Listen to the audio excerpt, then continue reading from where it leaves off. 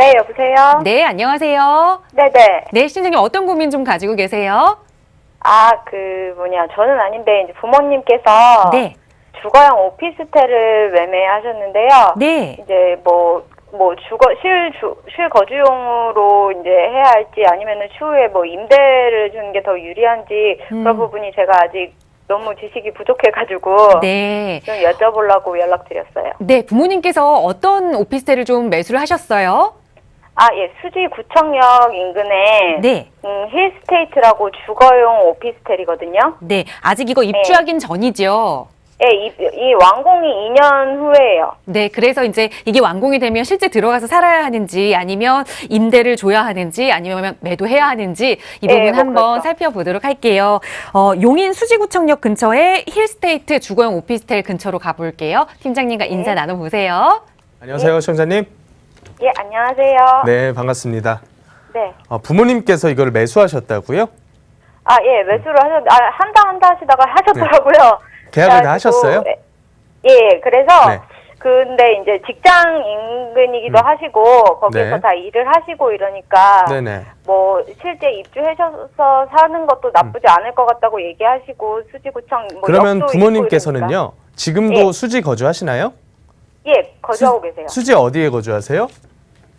수지는 아니고 정확히 죽전 쪽이죠, 정확히 죽전 얘기하면은. 쪽에 거주하세요? 예. 자가로 거주하시는 거죠?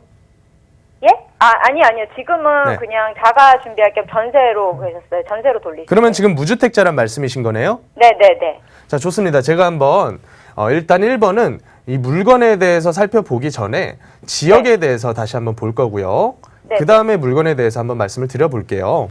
네네. 어떻게 보면 이런 물건들은 그 지역만의 핫이슈입니다.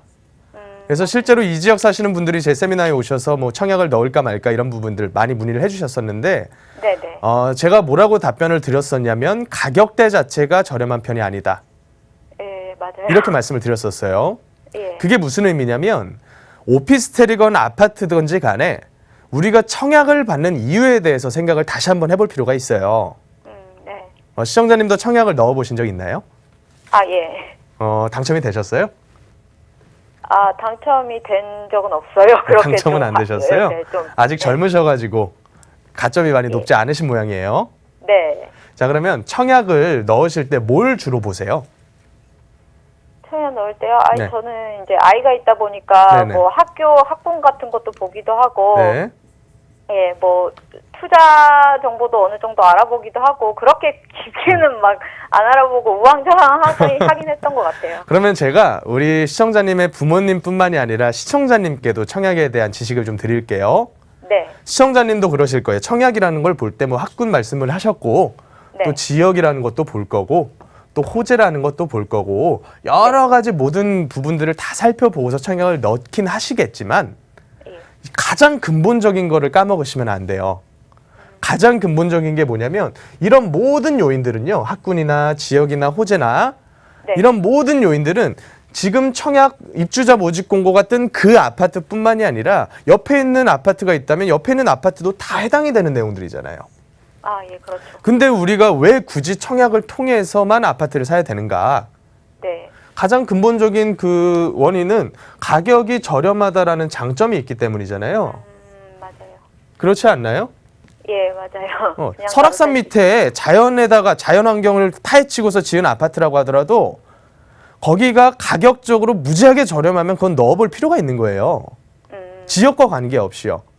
네. 정말 외딴 곳에 숲속에다가 아파트 한 동만 덩그러니 짓는다고 가정을 할게요. 그거를 무지하게 싸게 분양을 한대요. 네. 그건 넣어볼 필요가 있는 거예요. 주변 시세 대비해서 아주 저렴하다고 하는 게 청약의 장점이거든요. 일반적으로는. 그렇죠. 그래서 일반적으로 민간 분양 같은 경우는 공공보다는 조금 비싸면서 가격이 계속 유동적이다. 분양가 자체가. 네네. 이렇게 보시면 되는데 지금에 있어서의 분양들, 민간 분양들은 전부 다 주변 신축가랑 별 차이가 안 나죠. 예, 맞아요. 오죽했으면 분양가 상한제를 민간에다가도 적용을 한다고 합니까, 정부에서.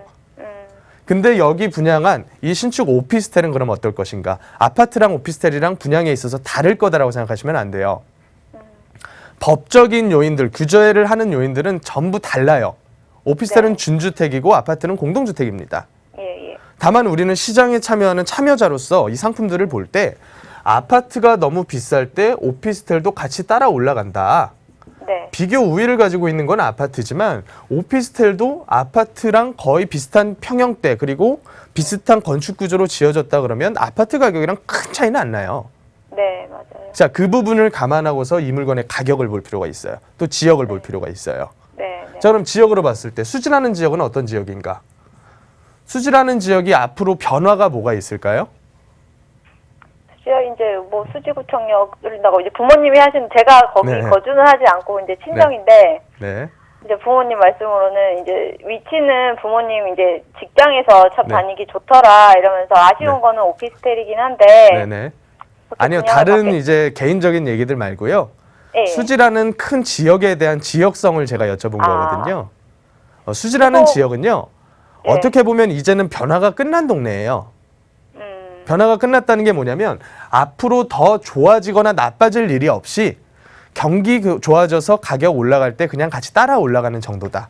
예를 들어서 신분당선이라는 교통에 대한 호재가 생기기 전까지는 여기도 변화의 여지가 큰 동네 중에 하나였습니다. 그렇죠. 아, 네. 네. 원래 여기서 서울 나가려면 좌석버스 타고서 올라갔어야 됐어요. 강남역까지. 예, 예. 맞아요. 근데 이게 신분당선이라는 교통의 호재가 생기면서부터는 좋아지면서 가격이 오른 상태에서 변화는 끝났다. 앞으로는 변화될 게 없어요. 이제 연식은 들어가요. 주변 아파트들이. 전부 다 90년대 후반이라든가 2000년대 초반에 지어진 아파트거든요. 이쪽 풍덕천동 일대가. 예, 예. 여기는 더 앞으로 세월이 간다 그래서 재건축이라든가 혹은 뭐 리모델링이라든가 이런 쪽에 대한 기대는 상당히 힘든 아파트들이거든요. 그러면 변화는 끝났어요. 두 번째, 물건으로 볼 때 가장 중요한 거는 오피스텔이다 뭐다 따지기 전에 가격만 보시면 돼요. 예. 가격이 분양가가 가격은 얼마였나요? 얼마 주고 사셨대요, 부모님께서? 5억 언저리일 거예요. 5억 정도. 네. 이게 몇 평짜리를 말씀하시는 거죠?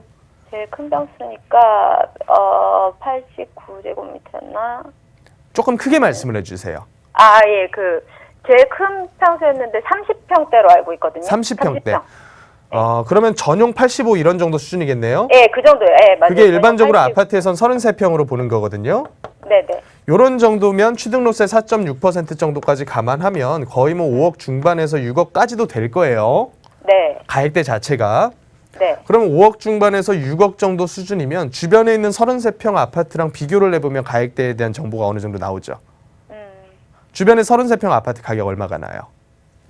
가격 제가 봤을 네. 때는 제가 이제 찾아봤을 때는 한 4억 정도 됐던 것 같아요. 4억 정도요?